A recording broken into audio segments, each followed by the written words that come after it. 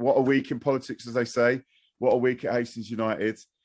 Last week I had, now ex-manager Chris Agutter on. Now to kind of discuss what's been happening.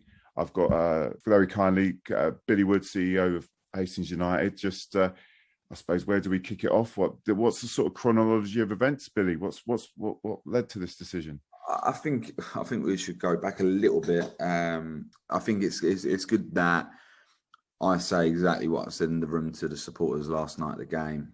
Chris probably hasn't been the same for a couple of weeks.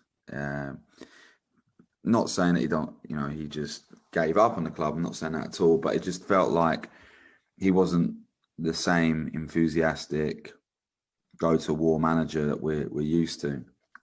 And on Sunday, well, I'll say that, I'll go before that. We've had chats in the last couple of weeks where he's been a bit down. I'm not going to deny it. We've been a bit down, not sure. We've talked it through, kind of re-excited him about the project and felt that he was past that feeling and was still engaged with the dreams and desires of this football club. And then on Sunday, I get a message asking to meet up. So we meet up Sunday night. And Chris advises myself that he can't get over the feelings he feels, doesn't want to be at Hastings and wants a new challenge, and doesn't see the level or what the club wants to do for himself as a challenge anymore. And obviously offered his resignation as manager of the football club, which, as I've told anyone that's asked me, I was shocked but not shocked, in a sense of the way it's been building. It could have gone that way, but I also felt that we have done everything we can to make him want to be at this football club, whether that's backing every single bit of recruitment, off the field stuff, just all the stuff that you would in a progressive football club that wants success. You back your man, you back your manager, you back them to give you the success. So I felt that the reason I was a bit shocked was because of the backing, support, energy that we give our staff and players at this club, and I don't think that would be found anywhere else in non-league football. And that might sound arrogant, but I think that's the truth. Mm. So I was shocked in that sense, but I wasn't because of what we've discussed. But whilst I was shocked, I was disappointed, because we're mid-season. we're well in the race. It's not like we're sitting bottom of the league or anything like that. We're well in it. And I was a bit angry. I'm not going to lie. I was a bit angry by it. I'm a man of, I pride myself that whilst I am cool and collected in the job, I'm an emotional person too. And I feel everything that we do. And I was angry because it felt like the job's not done. It's not over. And we've got a huge challenge on our hands to get promoted this year. Yeah. But also, as a club, a huge challenge ahead, being when we go out there and set our targets that we want to be a National League club. That's a massive challenge.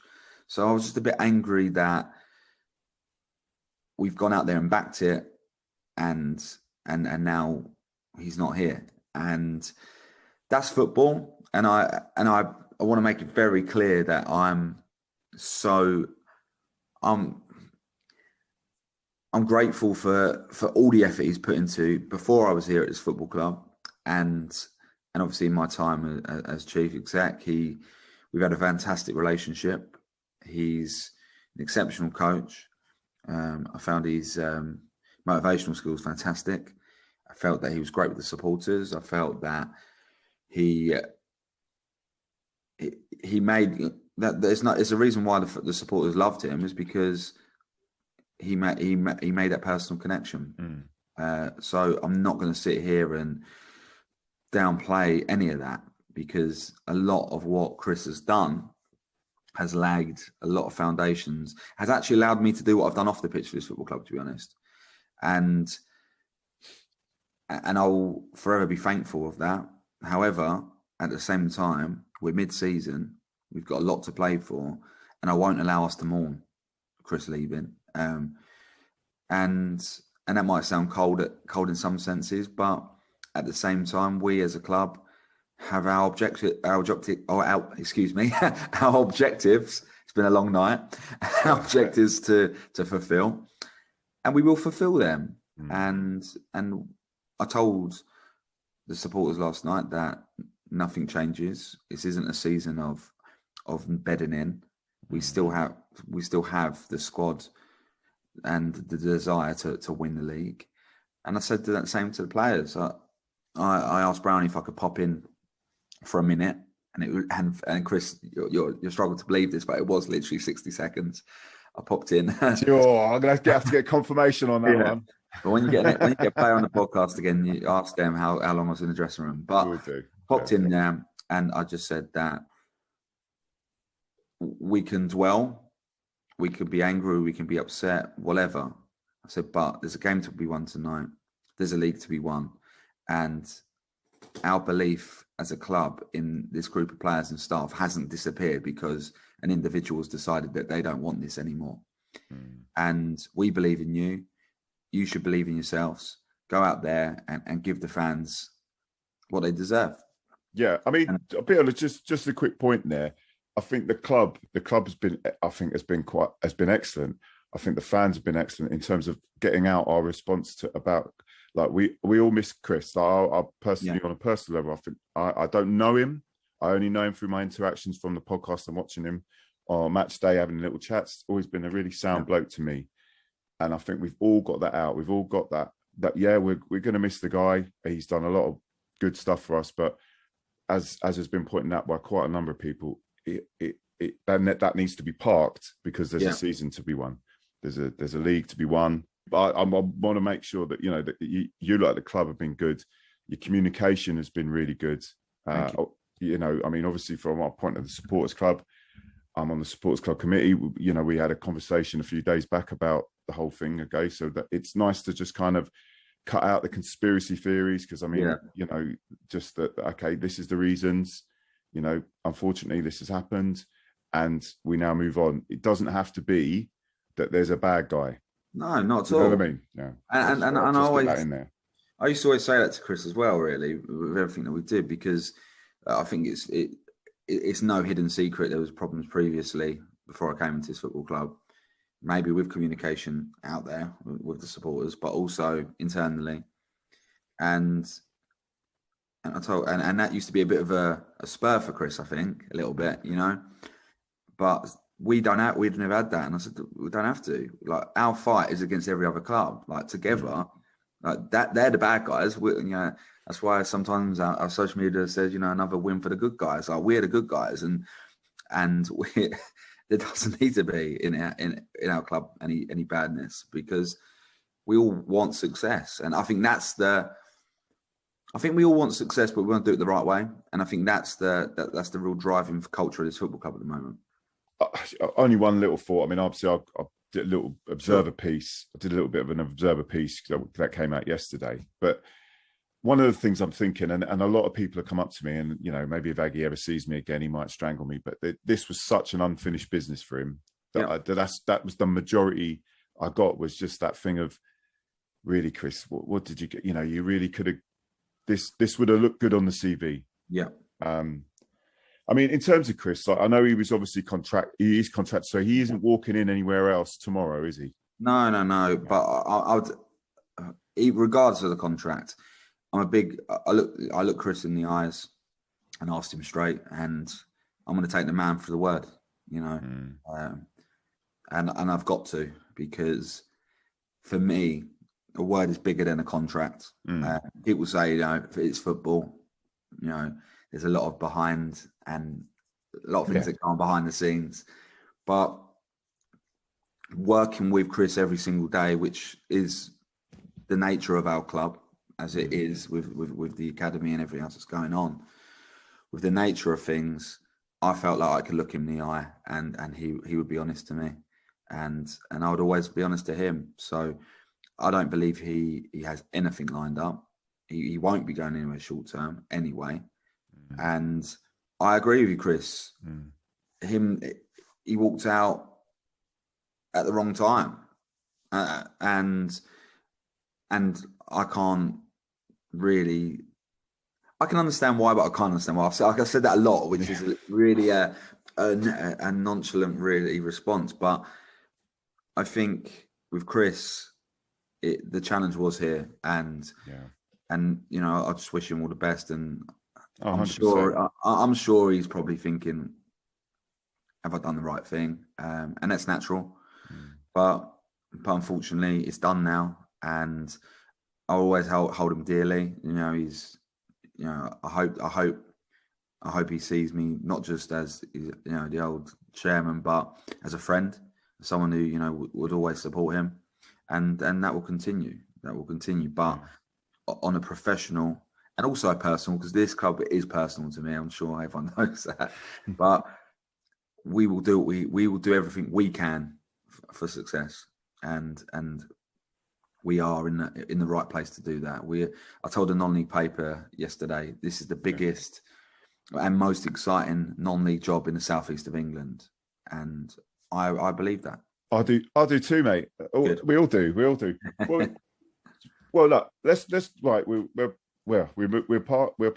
Well, you can never park Aggie. But I've got to take his sign now for his parking space away, so we're gonna have to park him. Yeah, because we'll have to leave that blank for a little bit and see what happens. Yeah, well, they're talking about that. Obviously, great win yesterday against Whitstable. Not a bad team to be playing against after a change. No.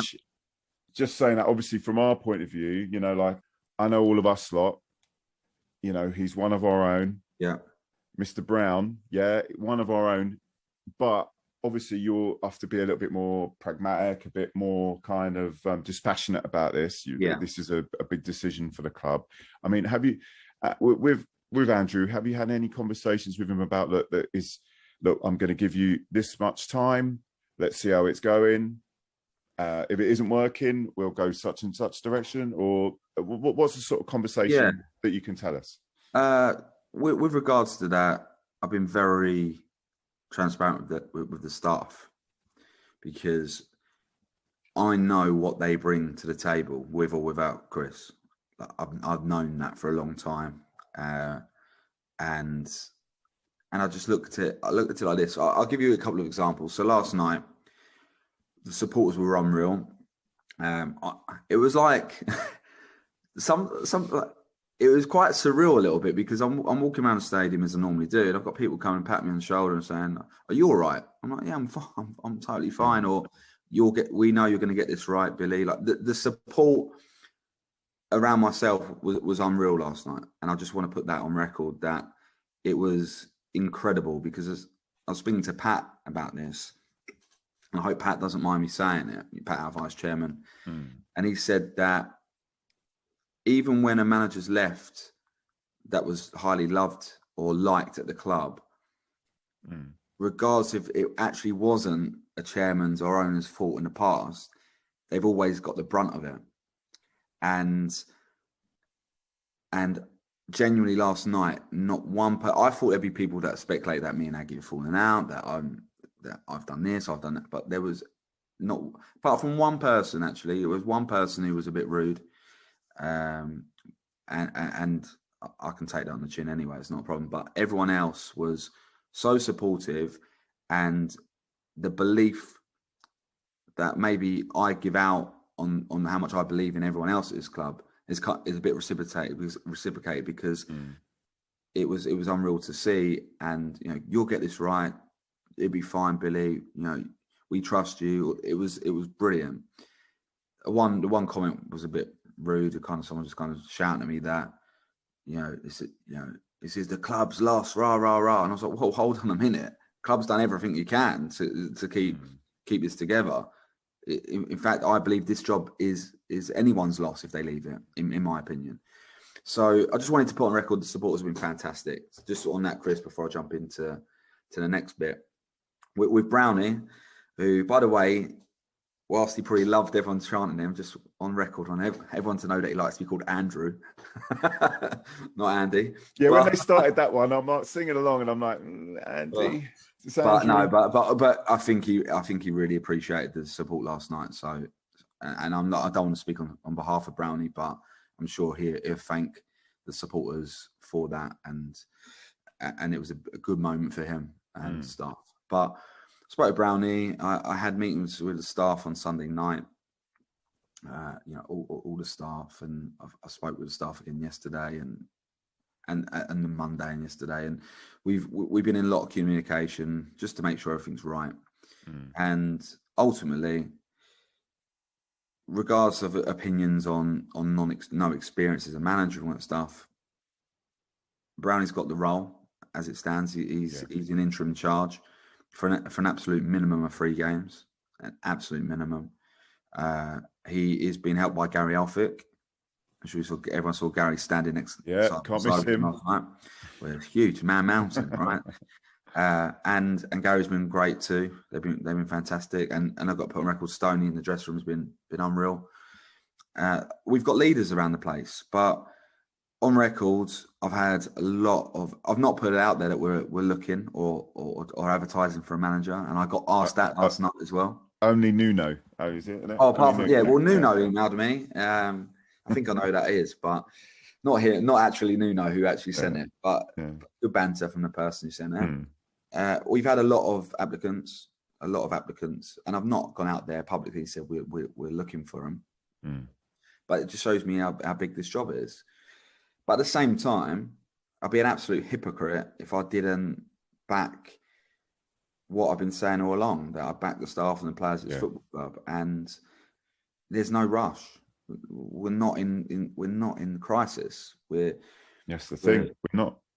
By a long shot, we're still in the running. The players all believe, which is huge, by the way. If you lost the players, you've lost everything. But the players believe, and Brownie and the staff will be supported in the short-term period, and we'll just go from there. I'm not going to rush into anything. Yeah, I'm not putting out an advert. Some people have asked me to do that, or come to me going, "Oh, you're going to appoint a proper manager, right?" And I'm like, "Well, hold on a minute. We've got the right staff to hold the ship and steer it in the right direction for now, and it could be long term. So it's in Brownie, Gary Elphick's hands at the moment, and we just go from there. But the most important thing for me is what happened last night. The supporters just step it up a notch, be as loud as possible. Even in the main stand, the first 15, 20 minutes, the main stand was really going for it as well. It's quite interesting to see. Yeah, I had some kids singing in there. Yeah, I'm like, oh, singing. very good, very good. Even and I've got all the time in the world. Go on, Billy. Go on, say it. Even the oldies, I've got all the time in the world for them. Like as they know, if I don't like something, I'll say it. If I like something, I'll say it. I'm straight and direct with them, and I don't like it when we're keeping the ball because ultimately, if we've got the ball, the other team can't score, and you get a couple of groans or pass it forward and those sort of comments. And I don't like that, but that's not going to change. But I can say majority, even in the main stand, everywhere, the majority was really, really positive last night, and that's what they need. That's what the staff and the players need. And I think they reacted in the best way possible for you lot last night. And I will continually support that. I will continually back that, and we'll see where we go from here. Regarding the players are really supportive of the staff. Like the dressing room is. I think the biggest thing in football, especially non-league, is people expect when managers leave or go to other clubs or move on, that the other club that they're a part of falls apart. You've seen it a little bit. When for example, I think Tony Russell moved to Lewis from Cray, and there was a few movements there. I think that happens at a lot of places you see, but I actually think we're different. I think Hastings is a little bit different in the sense that I don't for 1 minute believe. I don't believe that these players were playing for Chris. I do, but I actually think they're playing for you, like the supporters. They love it. If you saw Popey's reaction when he scored that penalty, or you saw TC's reaction when he scored, or even Haas and the players, or even at the end, right, when they're playing for the badge, and that's something in non-league football that is like lightning in the bottle. And I said this to Brownie, and I said this to a few of the staff and some of the players. I think we've got lightning in a bottle at this football club. We've captured that lightning in the bottle, and we're going to keep it, because really, this is a special club.